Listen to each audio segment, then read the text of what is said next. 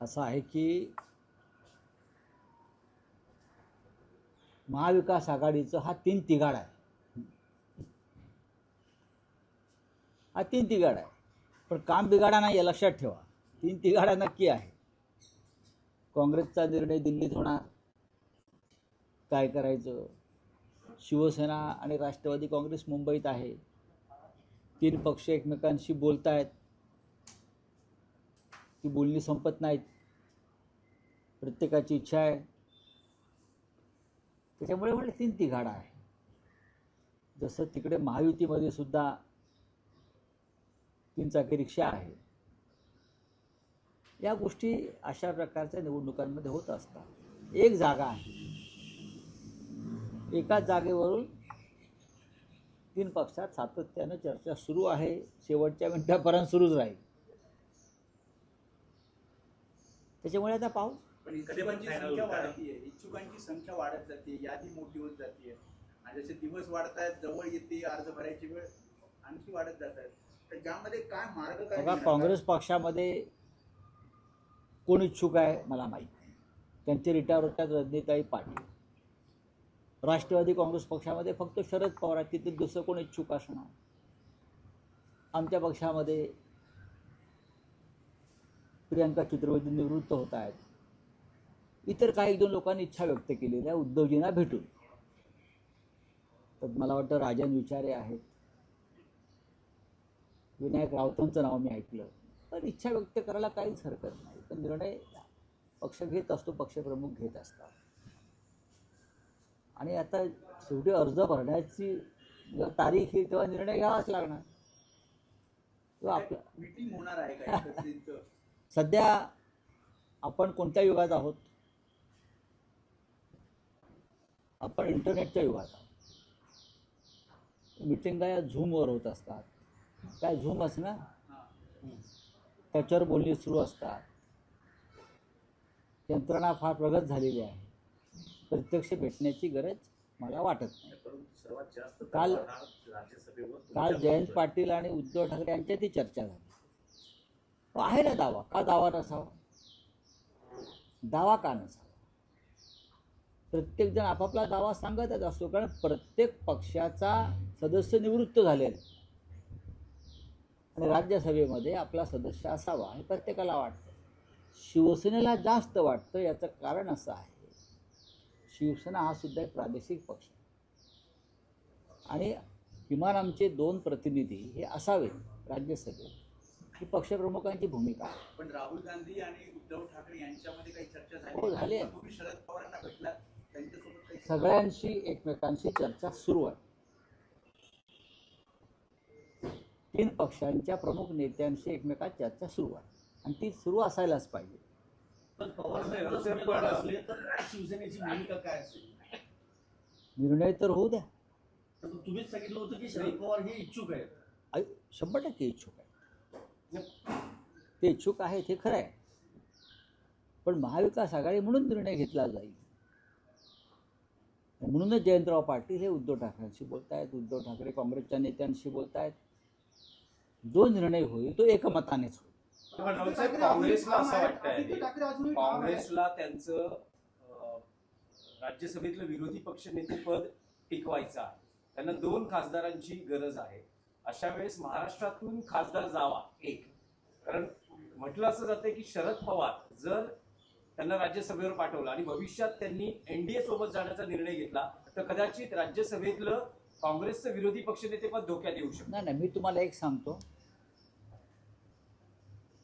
हे मनाचे श्लोक आहेत.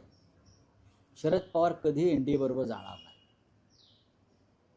मला जे काय राजकारण कळतं इतक्या वर्षाचं, आणि मी जे काय इतके वर्ष माननीय शरद पवार साहेबांना ओळखतो, तेव्हा मी हे सांगू शकतो की स्वतः शरद पवार हे जॉर्ज फर्नांडिस यांच्याप्रमाणे एनडीए बरोबर जाणार नाही.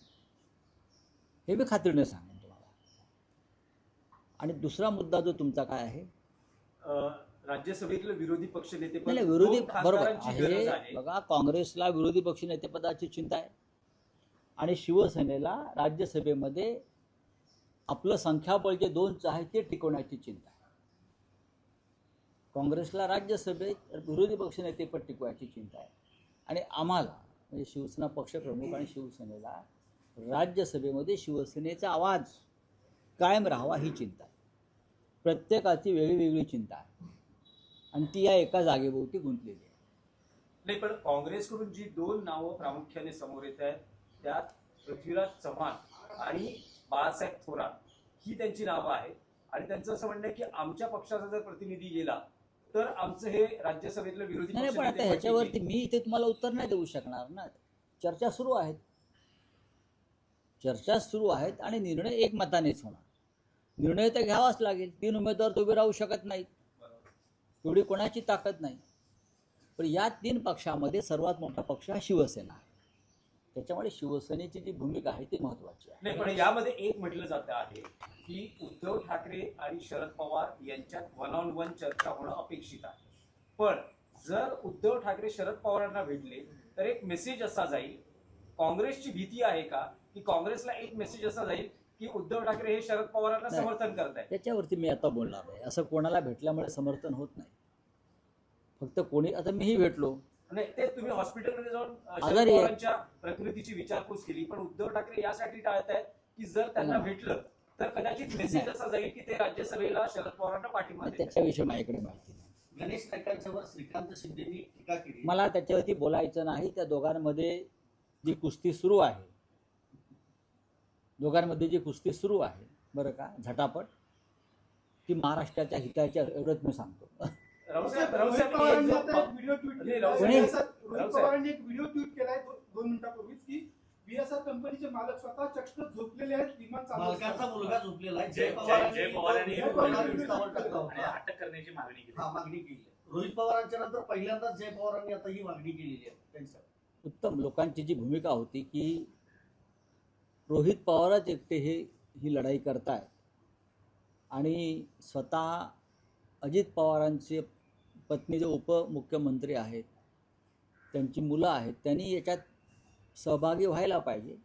जर जय पवारांनी अशा प्रकारची माहिती समोर आणली असेल तर नक्कीच त्या विमान कंपनीवर जे रोहित पवारांची मागणी VSR कंपनीवर आणि DGCAवरती FIR दाखल व्हायला हवी. चलिए, रावसाहेब, एक महत्वाचा प्रश्न आहे की सध्या जग हे 3ऱ्या महायुद्धाच्या उंबरठ्यावर आहे.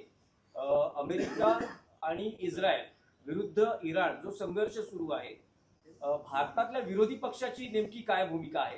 कारण पंतप्रधान हे इस्रायल आणि अमेरिकेच्या पाठीशी असलं तर स्पष्ट दिसतंय. फोन झालेला आहे हा. मोदींचा. विरोधी पक्षाला काय वाटतं की या क्षणी भारतानं काय स्टँड घ्यावं?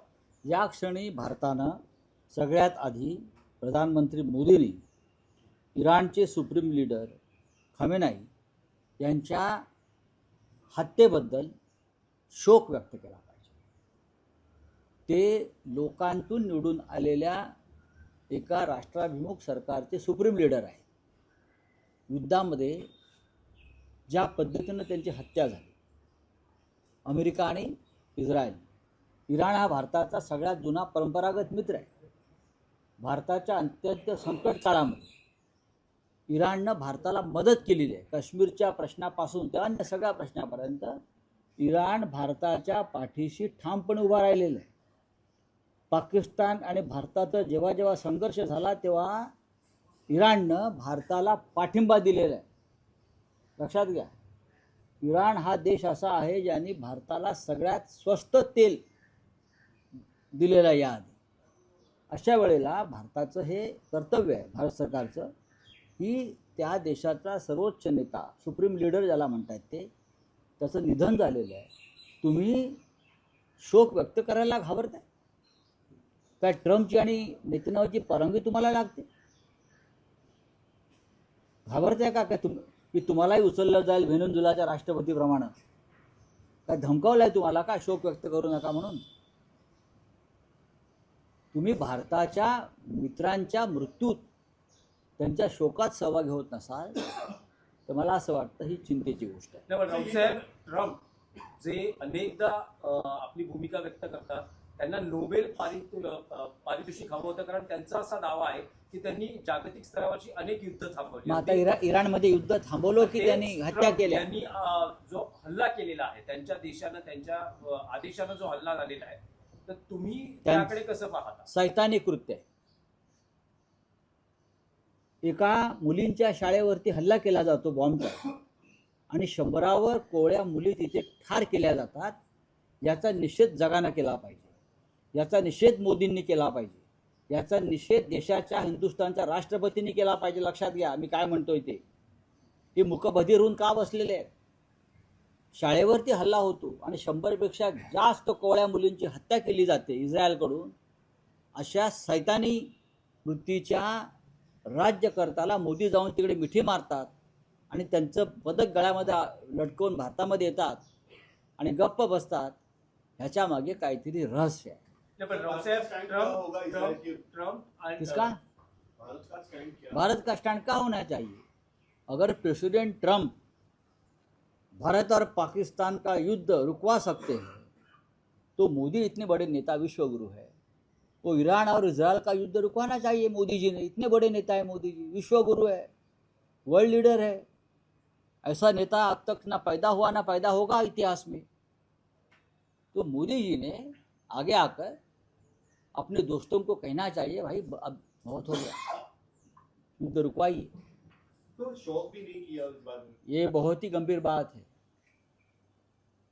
ईरान के सुप्रीम लीडर आयतुल्ला खामेनाई एक ऐसी शख्सियत थी जिसको पूरा विश्व मानता था, इजराइल छोड़कर. भारत का सच्चा मित्र रहा खामेनाई साहब. परंपरागत मित्रता रही हमारी. भारत के संकट के घड़ी में हमेशा खामेनेई साहब ने हमें समर्थन दिया, हमें मदद की है. चाहे भारत पाक युद्ध हो, चाहे कश्मीर का मुद्दा हो, हमेशा ईरान भारत के साथ खड़ा रहा. और खामेनेई साहब जवाहरलाल नेहरू के बहुत बड़े भक्त भी रहे हैं. क्या उसका गुस्सा है क्या मोदी जी को? पण त्यांच्या हत्येनंतर श्रीनगरमध्ये जी निदर्शनं झाली ती तो- बांगलादेशच्या वेळेला का झाली नाही? अशी भाजप विचारणार. तो मैं ये कहूँगा कि ऐसे नेता की जब हत्या होती है तो भारत की तरफ से शोक प्रदर्शन करना चाहिए, दुख प्रकट करना चाहिए. हिंदुस्तान के राष्ट्रपति ने और भारत के प्रधानमंत्री ने करना चाहिए. आप किससे डर रहे हो? आप इजराइल से डर रहे हो या आप प्रेसिडेंट ट्रम्प से डर रहे हो? शोक प्रकट करने में आपको क्या डर लगता है? इतना बड़ा नेता, इसकी हत्या हो गई है. नेल्सन मंडेला जिसको मानता था, नेल्सन मंडेला जब ईरान में गए थे तब नेल्सन मंडेला ने कहा था कि खोमेनी साहब मेरे नेता है. तो नेल्सन मंडेला का टेररिस्ट बन गए. क्या समझते हैं लोग अपने आप? पण त्यात आता सगळ्या जगाला या युद्धाचे परिणाम भोगावे लागत आहेत. कच्च्या तेलाचे दर वाढलेले आहेत, सोने चांदी या दरांमध्ये वाढ झालेली आहे, आणि आता हे जे संकट आहे ते आणखी गडद होईल असं म्हटलं जातं. नक्कीच होईल गडद. इस्रायल आणि अमेरिका सोडून संपूर्ण जगाला याची किंमत मोजावी लागणार, आणि खास करून हिंदुस्थानला. मोदींच्या गळ्यात झटकलेल्या मेडलमुळे देशातली महागाई कमी होणार नाही. थँक्यू.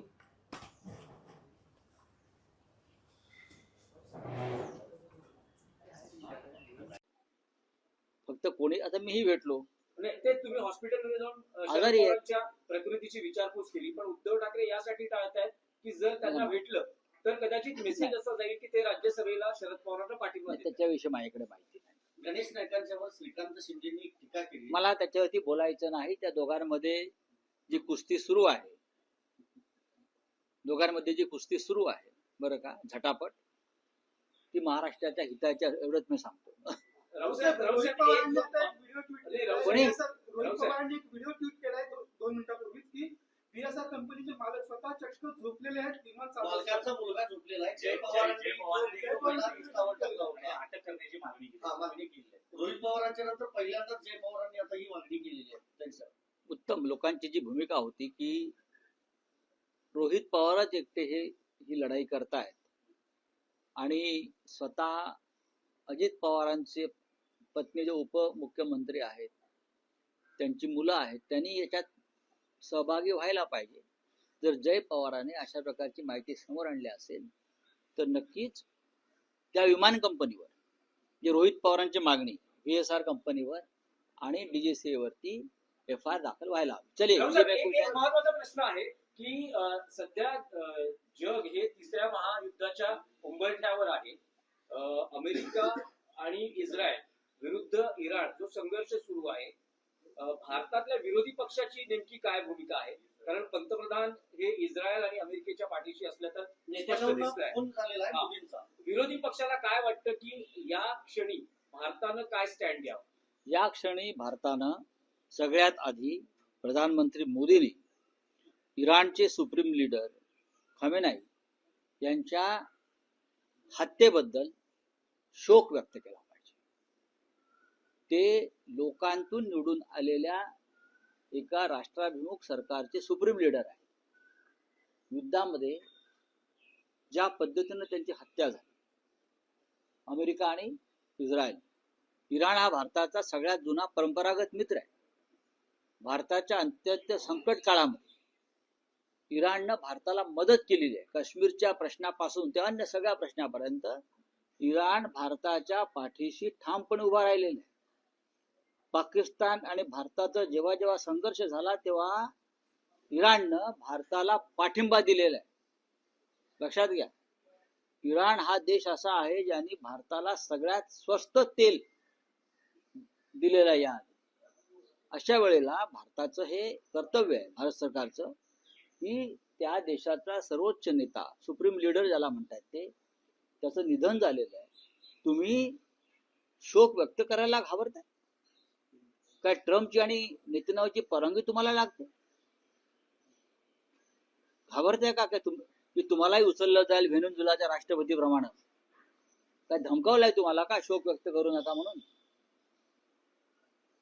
तुम्ही भारताच्या मित्रांच्या मृत्यूत त्यांच्या शोकात सहभागी होत नसाल तर मला असं वाटतं ही चिंतेची गोष्ट आहे. रावसाहेब, ट्रम्प जे अनेकदा आपली भूमिका व्यक्त करतात, त्यांना नोबेल पारितोषिक हवं होतं, कारण त्यांचा असा दावा आहे की त्यांनी जागतिक स्तरावरची अनेक युद्ध थांबवली. मग आता इराणमध्ये युद्ध थांबवलं की त्यांनी हत्या केल्या? त्यांनी जो हल्ला केलेला आहे त्यांच्या देशानं, त्यांच्या आदेशानं जो हल्ला झालेला आहे, तर तुम्ही त्याकडे कसं पाहता? सैतानी कृत्य आहे. एका मुलींच्या शाळेवरती हल्ला केला जातो बॉम्बचा आणि 100वर कोवळ्या मुली तिथे ठार केल्या जातात. याचा निषेध जगानं केला पाहिजे, याचा निषेध मोदींनी केला पाहिजे, याचा निषेध देशाच्या हिंदुस्थानच्या राष्ट्रपतींनी केला पाहिजे. लक्षात घ्या मी काय म्हणतोय ते. हे मुकबधीर होऊन का बसलेले आहेत? शाळेवरती हल्ला होतो आणि 100पेक्षा जास्त कोवळ्या मुलींची हत्या केली जाते इस्रायलकडून. अशा सैतानी वृत्तीच्या राज्यकर्त्याला मोदी जाऊन तिकडे मिठी मारतात आणि त्यांचं पदक गळ्यामध्ये लटकवून भारतामध्ये येतात आणि गप्प बसतात. ह्याच्या मागे काहीतरी रहस्य आहे. किसका भारत का स्टैंड क्या होना चाहिए? अगर प्रेसिडेंट ट्रम्प भारत और पाकिस्तान का युद्ध रुकवा सकते हैं तो मोदी इतने बड़े नेता, विश्वगुरु है, वो ईरान और इजराइल का युद्ध रुकवाना चाहिए. मोदी जी ने, इतने बड़े नेता है मोदी जी, विश्वगुरु है, वर्ल्ड लीडर है. ऐसा नेता अब तक ना पैदा हुआ ना पैदा होगा इतिहास में. तो मोदी जी ने आगे आकर अपने दोस्तों को कहना चाहिए, भाई अब बहुत हो गया, युद्ध रुकवाइए. तो शौक भी नहीं किया इस बार में. ये बहुत ही गंभीर बात है. ईरान के सुप्रीम लीडर आयतुल्ला खामेनाई एक ऐसी शख्सियत थी जिसको पूरा विश्व मानता था, इजराइल छोड़कर. भारत का सच्चा मित्र रहा खामेनाई साहब. परंपरागत मित्रता रही हमारी. भारत के संकट के घड़ी में हमेशा खामेनेई साहब ने हमें समर्थन दिया, हमें मदद की. चाहे भारत पाक युद्ध हो, चाहे कश्मीर का मुद्दा हो, हमेशा ईरान भारत के साथ खड़ा रहा. और खामेनेई साहब जवाहरलाल नेहरू के बहुत बड़े भक्त भी रहे हैं. क्या उसका गुस्सा है क्या मोदी जी को? पण त्यांच्या हत्येनंतर श्रीनगरमध्ये जी निदर्शनं झाली ती तो- बांगलादेशच्या वेळेला का झाली नाही? अशी माझ्या विचारात आहे. तो मैं ये कहूंगा कि ऐसी नेता की जब हत्या होती है तो भारत की तरफ से शोक प्रदर्शन करना चाहिए, दुख प्रकट करना चाहिए। हिंदुस्तान के राष्ट्रपति ने और भारत के प्रधानमंत्री ने करना चाहिए। आप किससे डर रहे हो? आप इजरायल से डर रहे हो या आप प्रेसिडेंट ट्रंप से डर रहे हो? शोक प्रकट करने में आपको क्या डर लगता है? इतना बड़ा नेता, इसकी हत्या हो गई है। नेल्सन मंडेला जिसको मानता था, नेल्सन मंडेला जब ईरान में गए थे तब नेल्सन मंडेला ने कहा था कि खोमेनी साहब मेरे नेता है, तो नेल्सन मंडेला का टेररिस्ट बन गए। क्या समझते लोग अपने आप? पण त्यात आता सगळ्या जगाला या युद्धाचे परिणाम भोगावे लागले आहेत. कच्च्या तेलाचे दर वाढलेले आहेत, सोने चांदी या दरांमध्ये वाढ झालेली आहे आणि आता हे जे संकट आहे ते आणखी गडद होईल असं म्हटलं जातं. नक्कीच होईल गडद. इस्रायल आणि अमेरिका सोडून संपूर्ण जगाला याची किंमत मोजावी लागली आणि खास करून हिंदुस्थान. मोदींच्या गळ्यात लटकलेल्या मेडलमुळे देशातली महागाई कमी होणार नाही. थँक्यू.